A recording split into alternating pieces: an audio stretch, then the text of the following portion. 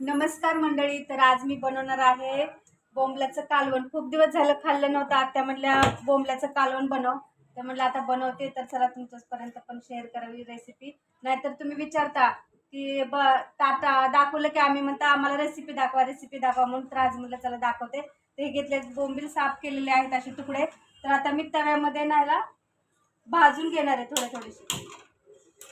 हे बघा असे थोडे थोडे असे मी लाल लाल थोडेसे भाजून घेणार आहे वास येईपर्यंत आणि पिठाच्या पाण्याने धुणार आहे.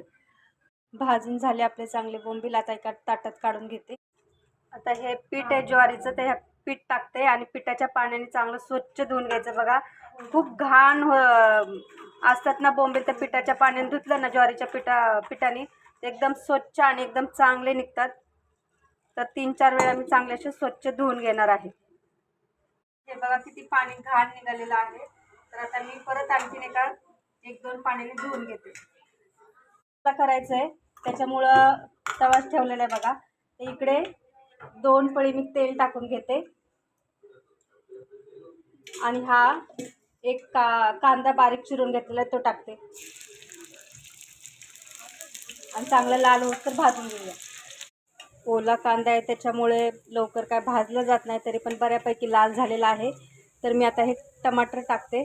छोटंसं टमाटर घेतलेलं आहे, जास्त टमाटर नाही आवडत मग थोडंसं टाकते. आपलं टमाटर आणि कांदा चांगला आपलं फ्राय झालेला आहे, म्हणजे भाजून निघालेलं आहे. खोबरं वगैरे टाकायची गरज नाही, फक्त कांदा आणि टमाटर. की आमचं घर गावरान तिखट आहे, काळा मसाला तर तो मी टाकते 1 चमचा आणि चवीनुसार मीठ. थोडंसं आपण भाजून घेऊया आणि आता आपण हे टाकूया बोंबील थोडेसे तेलामध्ये फ्राय करायचे आणि आपल्याला जेवढं पाहिजे तेवढं पाणी टाकायचं. मला थोडंसं अंगापुरतं रस्सा बनवायचा म्हणून मी थोडंसं टाकते.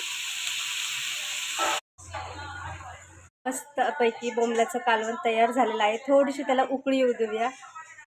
आपल्या कालवणाला चांगली उकळी आलेली आहे. थोडा आता बारीक करून ठेवूया गॅस.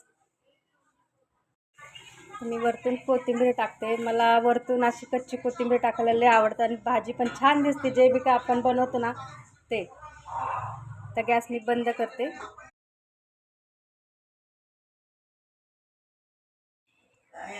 कालवण आपलं तयार झालेलं. तर आता मी एका डिशमध्ये काढून दाखवते. एकदम भारी तर दिसतंय, खात तर नाही पण वास वगैरे छान आलेलं आहे, चांगलं तर दिसतंय बरं का मंडळी. खूप साध्या सोप्या पद्धतीने असं बनवलेलं आहे बोंबल्याचं कालवण. तर नक्की बघा कसं वाटतंय आणि सोपी पद्धत आहे, खोबरं न टाकता बनवलेलं आहे. तर मंडळी कसं वाटतं कालवण नक्की कमेंट करून सांगा. या मंडळी जेवायला.